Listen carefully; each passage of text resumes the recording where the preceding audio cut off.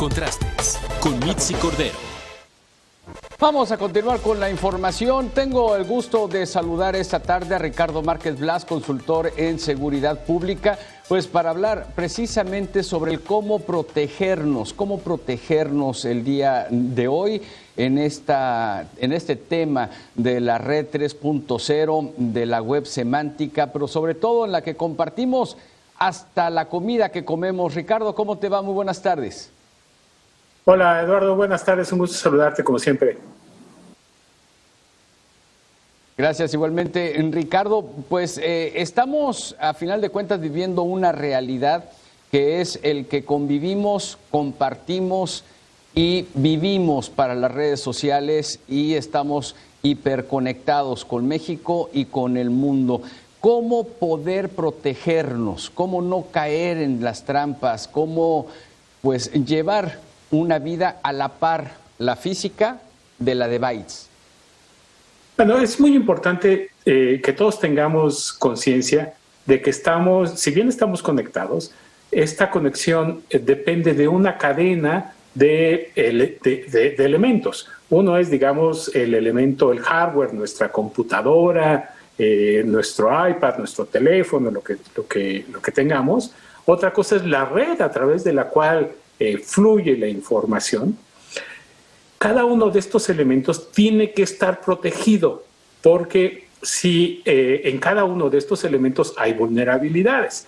En cada aplicación que utilicemos, sea una aplicación bancaria, sea una red social, cada uno de esos elementos también tiene ciertas vulnerabilidades. Entonces, tenemos que estar conscientes de que hay que proteger la cadena completa. Claro.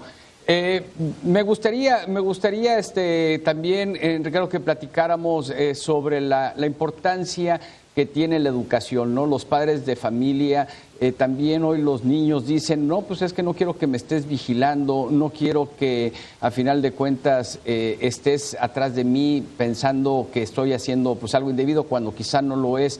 ¿Cómo convencer a los padres de familia y a los niños que necesitamos educarlos digitalmente? Bueno, uno de los países que menos preparado está para la época digital, para la época interconectada, la época en la que vivimos, es México. México es uno de los países con menos conciencia de los temas de seguridad cibernética, de los menos y de los menos preparados. Tiene una infraestructura muy pobre y una estrategia inexistente en materia de ciberseguridad, no solamente para los individuos, también para las empresas y también para las instituciones del Estado. México es uno de esos. Ahora, esta educación tiene que empezar desde luego en casa. Nosotros como padres de familia o como personas que tienen a su cuidado a menores o a jóvenes que están conectados, que tienen dispositivos que son posiblemente vulnerables, tenemos que tener conciencia de que hay instrumentos y además muy baratos, seguros, que permiten navegar, consultar o tener acceso al ciberespacio con relativa seguridad. Y estos elementos son tan indispensables, tan importantes, que pueden salvaguardar desde la integridad física hasta la integridad patrimonial. Cuando se hacen transacciones comerciales, podemos tener mucha seguridad si tenemos una VPN, que es un canal seguro para transmitir información, y tenemos contraseñas para cada uno de nuestras aplicaciones, por ejemplo, para el comercio electrónico, para claves para las redes sociales, para Facebook, para Twitter. Necesitamos tener claves digamos, poderosas en términos de cantidad, de su complejidad, para que no sean fácilmente identificables y, desde luego, no compartir con conocidos y mucho menos con personas que no se conozcan, compartir nuestras claves de acceso a las redes sociales o claves de acceso a páginas de comercio electrónico y mucho menos, desde luego, a cuentas o hacia aplicaciones bancarias. Claro. Y Ricardo, pues ahora con la pandemia, sobre todo al inicio de la pandemia, cuando nos confinamos, pues el boom de las compras por internet, la comida, las galletas, las donas, vaya, todo esto se duplicó, quintuplicó desde mi punto de vista. Y la Conducef, vamos a escuchar lo que nos dice la Conducef en relación al incremento de los delitos cibernéticos y nos da las recomendaciones, si te parece.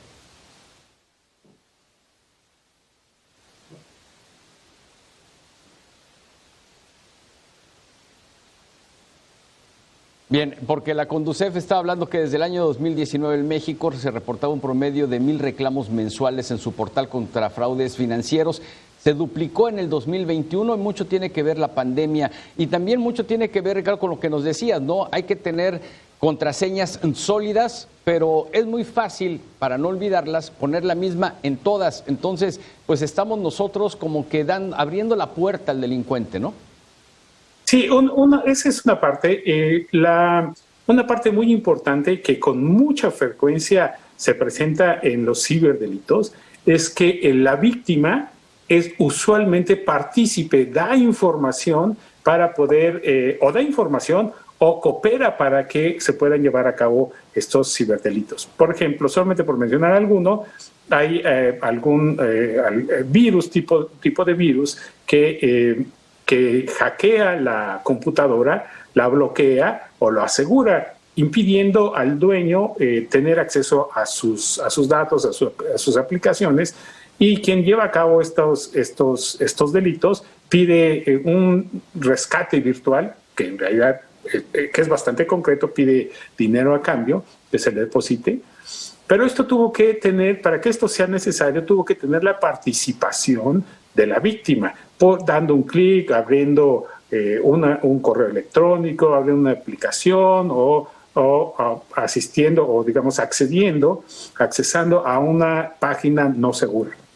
Entonces, lo primero, lo más importante es que uno mismo tenga la cultura de la prevención para no aceptar correos electrónicos o no darle clic o no dar acceso a correos electrónicos que uno no conoce y que sean de contenido sospechoso. La otra parte es, hay aplicaciones muy, muy baratas, 200 pesos, en el que se guardan todas las contraseñas. Un usuario puede guardar una infinidad de contraseñas, 50, 60, 70 contraseñas, y la misma aplicación puede generar contraseñas bastante robustas. Entonces, hacerse de ese tipo de aplicaciones, de administradores de contraseña, es una parte, digamos, importante. Pero la más importante es tener esa cultura para que si nos llega un correo electrónico que hemos, con una oportunidad muy importante de negocio, o que hemos recibido una herencia de un pariente que no conocíamos, o de que nos hemos sacado la lotería, simplemente desconfiar de esos y no darle clic a ese tipo de correos electrónicos o mensajes en nuestros teléfonos de esa naturaleza. Usualmente son de poco confiar. Claro, y también, Ricardo, algo que me llama mucho la atención porque cada vez se van especializando más, son los fraudes bancarios, la música, el tono de la persona que te habla, el dejarte en pausa. Vamos a escuchar una parte de lo que está sucediendo y me das tu opinión, por favor. Primera es utilizar contraseñas fuertes, contraseñas largas principalmente. En segundo lugar, muchos de estos servicios tienen una función que se llama verificación de 2 pasos. En todos lo pueden configurar. La verificación de 2 pasos es el equivalente a ponerle un segundo candado a una puerta. Bien, en parte de lo que nos mencionabas, ¿no? Ya de las contraseñas fuertes, pero ¿cómo decirle a la gente? Porque yo insisto en que nos falta una alfabetización, pero también ahora nos falta una alfabetización digital.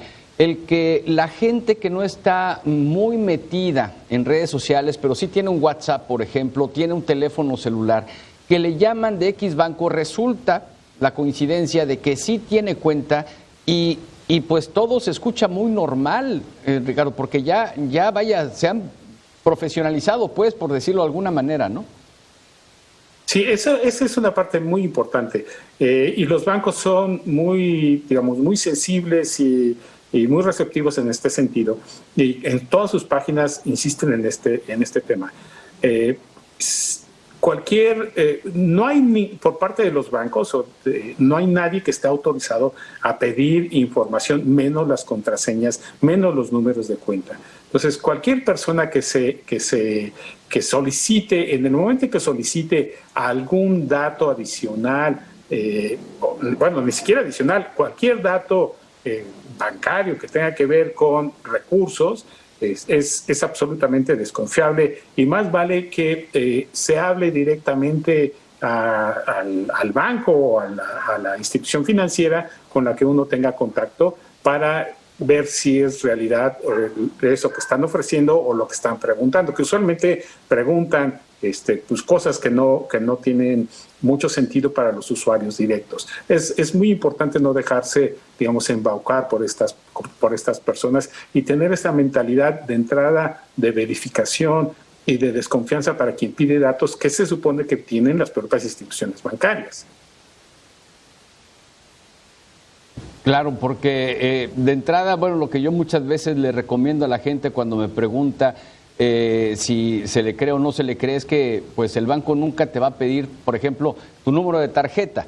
Eso es información que ellos tienen y ese puede ser quizá un elemento a considerar de que se está tratando de un fraude, ¿no? Claro, y además, miren, las aplicaciones bancarias son, en términos, digamos, informáticos, son bastante seguras. El problema es que están pensadas para países que tienen una problemática de seguridad distinta a la que enfrentamos México. En México, seguramente están pensados en países donde no existe el secuestro express. Entonces, yo confío en esas aplicaciones, pero yo no las tengo en mis teléfonos. Una persona que pueda ser víctima de secuestro express puede ser víctima también de coacción, de violencia, para poder dar sus datos que tenga para tener acceso a esas aplicaciones cibernéticas. Entonces, yo personalmente no las uso, aunque estoy cierto que son bastante seguras. Pero como medida de seguridad, así como muchos no salimos con digamos, relojes, joyas, altas horas de la noche o en la noche, a caminar, como medida de seguridad, valdría la pena esconderlas en una parte segura de nuestros teléfonos, si es que sí se tiene, valdría la pena pensar 2 veces en tener esas aplicaciones en nuestros dispositivos móviles. Claro. Y ahora que hablas de la seguridad de las aplicaciones, Ricardo, porque me llama mucho la atención, porque vaya, todos los bancos las venden como muy seguras. Esto de la geolocalización, a lo que están obligadas precisamente los bancos a través de sus aplicaciones, de que cada vez que ingresan, bueno, pues tienes que mandar la ubicación de tu teléfono celular. ¿Esto implica, digamos, alguna puerta hacia la inseguridad? Sí, claro. Todo eso, mira, esas aplicaciones están pensadas para la seguridad de las transacciones y la seguridad de los bancos, pero no están pensados para la seguridad de los ciudadanos. O sea, yo no tengo ninguna aplicación bancaria, ninguna aplicación de transacción comercial, porque en este país uno de los delitos más frecuentes es el secuestro express. Y con el secuestro express, con esas aplicaciones, teniéndolas en los teléfonos móviles, cualquiera puede ser víctima de violencia intensa para dar las claves y para darles acceso a las cuentas bancarias a través de esas aplicaciones. Entonces, esas aplicaciones sí son robustas en términos, digamos, informáticos, pero el tema es el problema de la inseguridad, cuáles las modalidades de inseguridad que se viven en este país, y un ciudadano puede ser víctima muy fácil a través de estas modalidades como el secuestro express, y puede ser obligado a proporcionar las claves de acceso a sus cuentas bancarias si es que tienen esas aplicaciones en sus teléfonos o en sus dispositivos móviles. Bien, ¿Qué elementos de seguridad entonces deberían tener las aplicaciones en México para la seguridad o para lo que vivimos, para nuestro día a día aquí en nuestro país? Bueno, yo recomendaría una cosa que se llama VPN, que es un canal seguro de comunicación. Cada vez que podamos tener conexión directa por cable, es mucho mejor que tener comunicación a través, digamos, de Wi-Fi o de redes virtuales. Y desde luego, redes que no sean nuestras, que conozcamos, que no. Es indispensable tener seguridad, tener nuestras propias redes. Cuando se pueda usar cable, usar cable. Cuando la información viaja a través de Bluetooth, viaja a través del ciberespacio sin protección, es candidata normal, natural, a que sea interceptada, a que sea hackeada. Entonces, en la medida en que podamos proporcionar una cosa que se llama VPN para que viaje la información de manera segura, y cada vez que podamos usar cable para conectar nuestra computadora, nuestro teclado al ciberespacio a través de las redes, es mejor usar cables que mejor que usar el Wi-Fi o usar, conectarse inalámbricamente. Y desde luego, nuestras computadoras... Es decir, que si queremos usar o hacer alguna transacción, Ricardo, es mejor hacerla en la computadora, digamos, desde el portal del banco que de la aplicación móvil. Efectivamente, es mucho más fácil. Y a lo mejor es un tema absolutamente personal, pero yo no las tengo en mi teléfono móvil, aunque puedo tener acceso a ellas y tengo acceso a ellas, por el tema del secuestro express, y si alguien tiene esas aplicaciones y los delincuentes las ven en su teléfono, claramente le van a pedir las claves para que eso suceda. O la otra manera pero se requiere, digamos, una sofisticación mayor, ponerlas en un espacio de nuestros dispositivos móviles, nuestros teléfonos, que esté oculto, que no sea identificable fácilmente para los ladrones.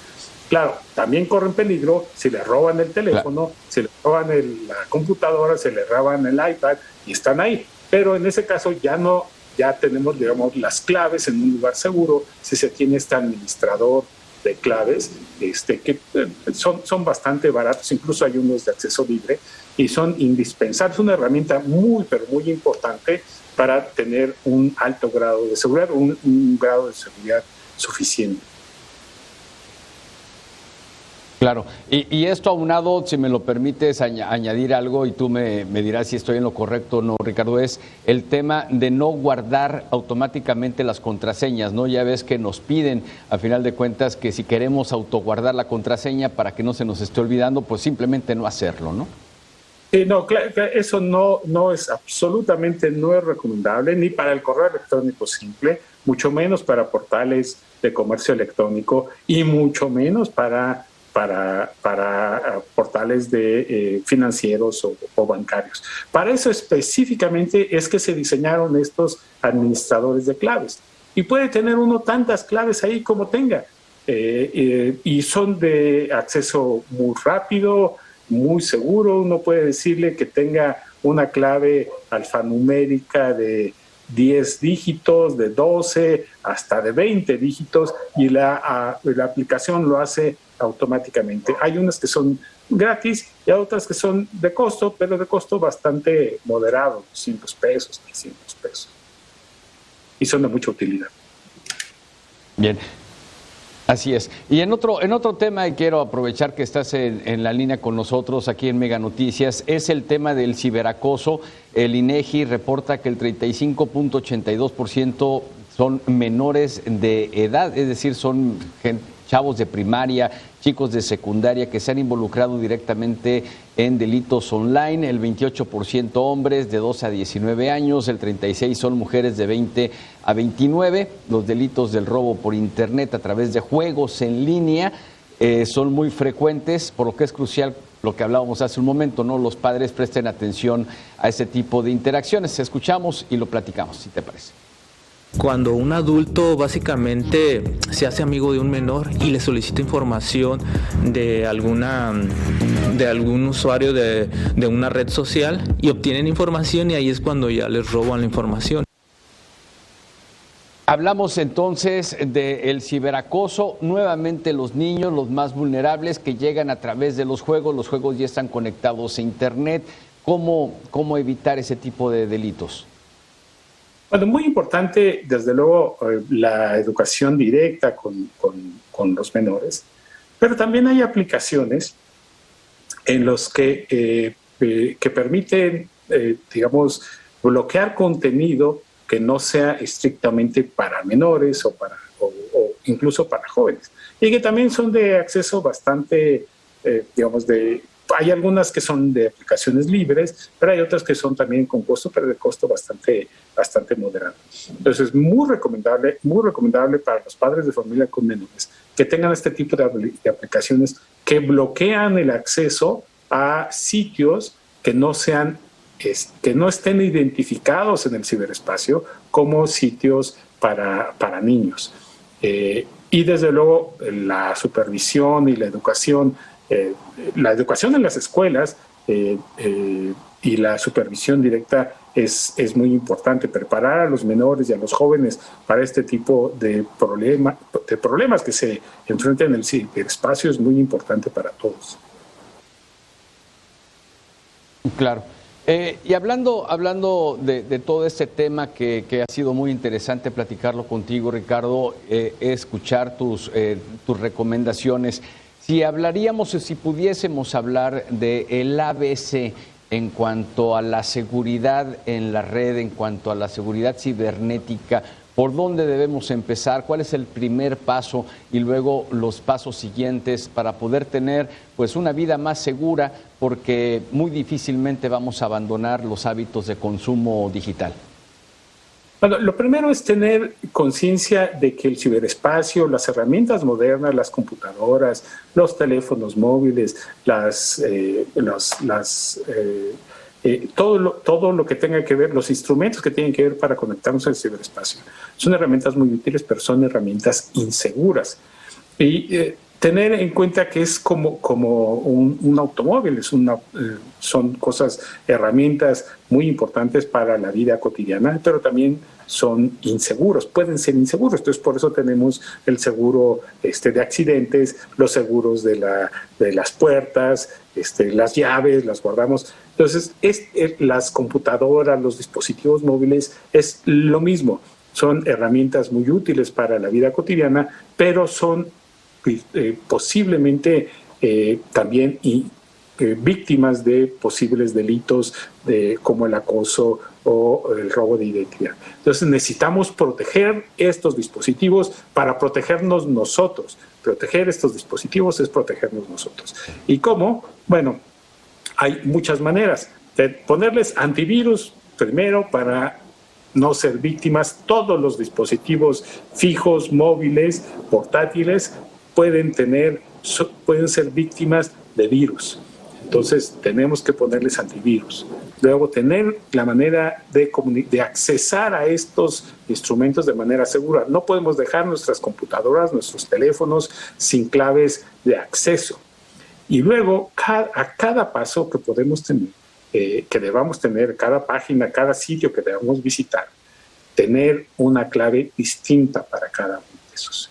Y luego borrar de manera constante nuestro historial de navegación, porque una manera de ser víctima de estos delincuentes es tener todos estos antecedentes, todo queda registrado en las redes, todo, a diferencia de nuestra vida cotidiana, todo queda registrado en las redes sociales, en nuestros navegadores, todo queda registrado. Entonces, tener esta capacidad para poder navegar de manera segura es muy, pero muy importante. Y son instrumentos que son adicionales, que tienen algún costo, pero que nos garantizan o nos dan un cierto nivel de seguridad de que podemos navegar de manera más tranquila, más precisa. Y desde luego también pensar en los menores. Los menores es un instrumento importante. Ellos van a tener esta vida, a lo mejor los que ya tenemos alguna edad, no empezamos con esto, pero los menores sí, esta es su vida, desde que iniciaron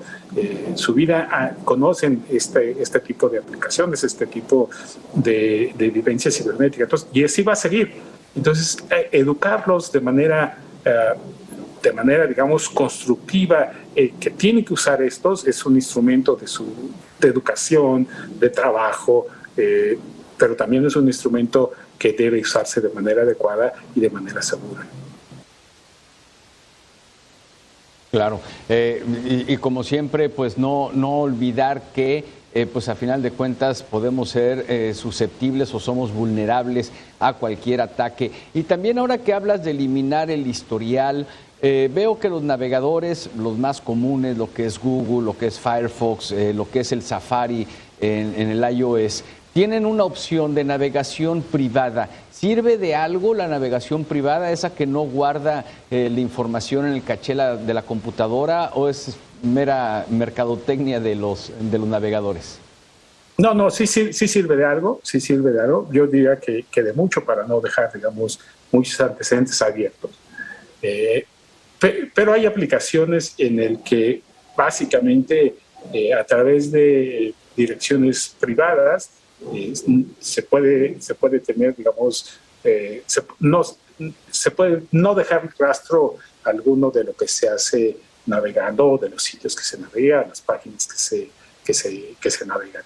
E incluso para pagos hay intermediarios, hay páginas intermediarias para no proporcionar datos de tarjetas bancarias o no proporcionar datos, digamos, financieros. Hay aplicaciones que sirven como de intermediarias para no dejar en sitios comerciales de manera permanente los datos bancarios. Bien, pues Ricardo, te agradezco en verdad estos minutos para la audiencia de Mega Noticias, grandes consejos los que nos has dado, grandiosa la información. Ahora pues nos toca a nosotros convertir esta información en conocimiento. Ojalá que no tardemos mucho en hacerlo y que pues de una u otra manera nos sigamos cuidando mucho. Nuevamente muchas gracias, que tengas una excelente tarde. Gracias, Eduardo, un gusto como siempre. Buenas tardes. Gracias, muy buenas tardes. Ricardo Márquez Blas, consultor en seguridad pública. Este tema de gran interés. Vamos a cuidarnos como si saliéramos de la casa de noche, no portamos el reloj caro ni las joyas porque llamamos mucho la atención. No llamemos la atención de más tampoco en nuestras redes sociales porque podemos ser víctimas de la delincuencia cibernética. Permítame hacer una pausa. Aquí hay más en Mega Noticias. Soy Eduardo Manzanera Retana. Quédese conmigo.